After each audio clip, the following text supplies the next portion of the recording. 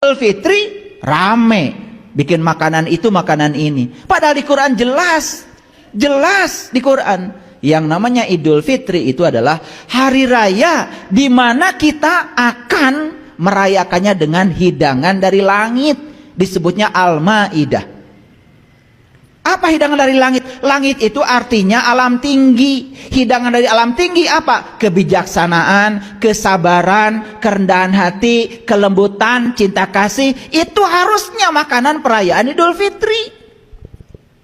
Sampai Nabi Isa itu berdoa kepada Allah, diabadikan dalam Al-Quran. Allahumma rabbana anzil alaina ma'idatan minas samai takunu lana id.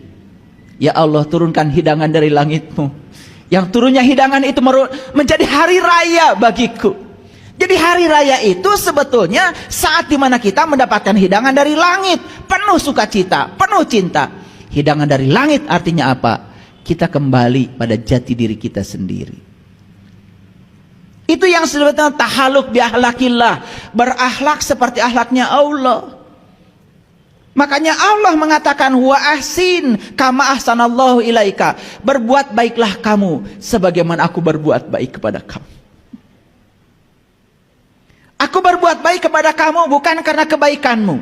Aku berbuat baik kepada kamu karena cinta kasihku yang terlalu besar. Karena aku maha pengasih, aku maha penyayang. Makanya Allah menyayangi kita. Apapun perilaku kita, tidak ada kaitan. Dia tetap menyayangi kita. Jangan percaya sama orang-orang yang suka menakut-nakuti kita. Katanya Allah itu kalau kita baik kepada dia, maka dia akan baik kepada kita. Kalau kita tidak baik kepada dia, maka dia akan mengutuk kita, menzalimi kita. Tuhan macam apa yang dendaman kayak gitu? Dia maha pengasih, dia maha penyayang. Cuman kita diajarkan hukum sebab akibat. Begitu kamu mengambil sebab yang baik, kamu akan mendapatkan akhir yang baik. Begitu kamu mengambil sebab yang buruk, kamu juga akan belajar bertanggung jawab untuk menerima risiko dari pilihanmu sendiri. Jadi sebetulnya itu yang disebut dengan akhirat. Akhirat itu akhir dari perbuatan. Itu yang namanya akhirat. Makanya akhirat itu ada. Kapan? Ya sekarang. Karena akhirat itu akhir dari semua tindakan. Kamu mencuri, ya masuk penjara. Akhir dari semua tindakan itu pasti ada. Itu akhirat yang dirasakan kita saat ini. Nah akhirat yang nanti, ya sudah nanti lagi.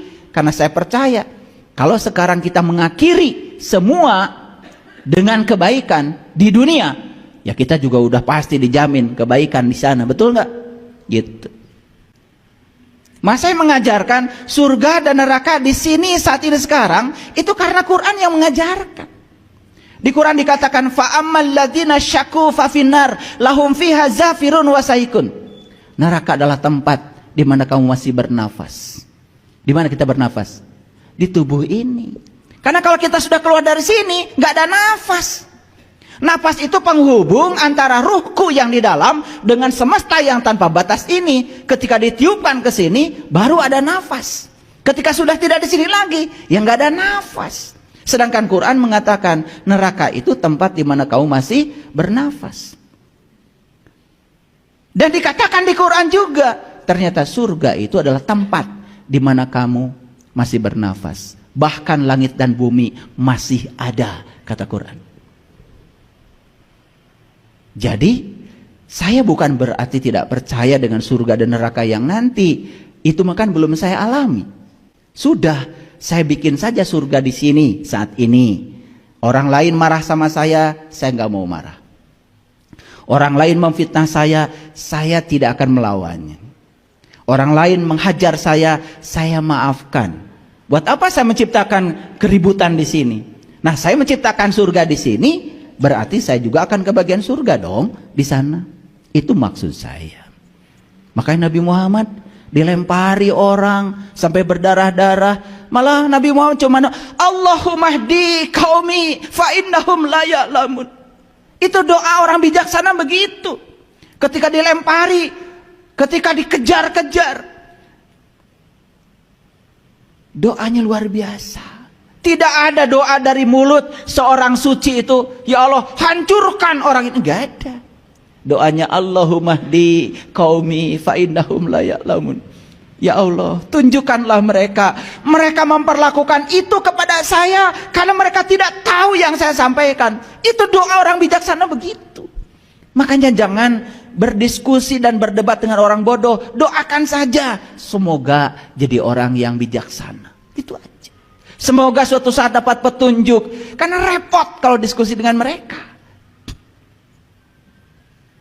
Paling yang keluar kekerasan.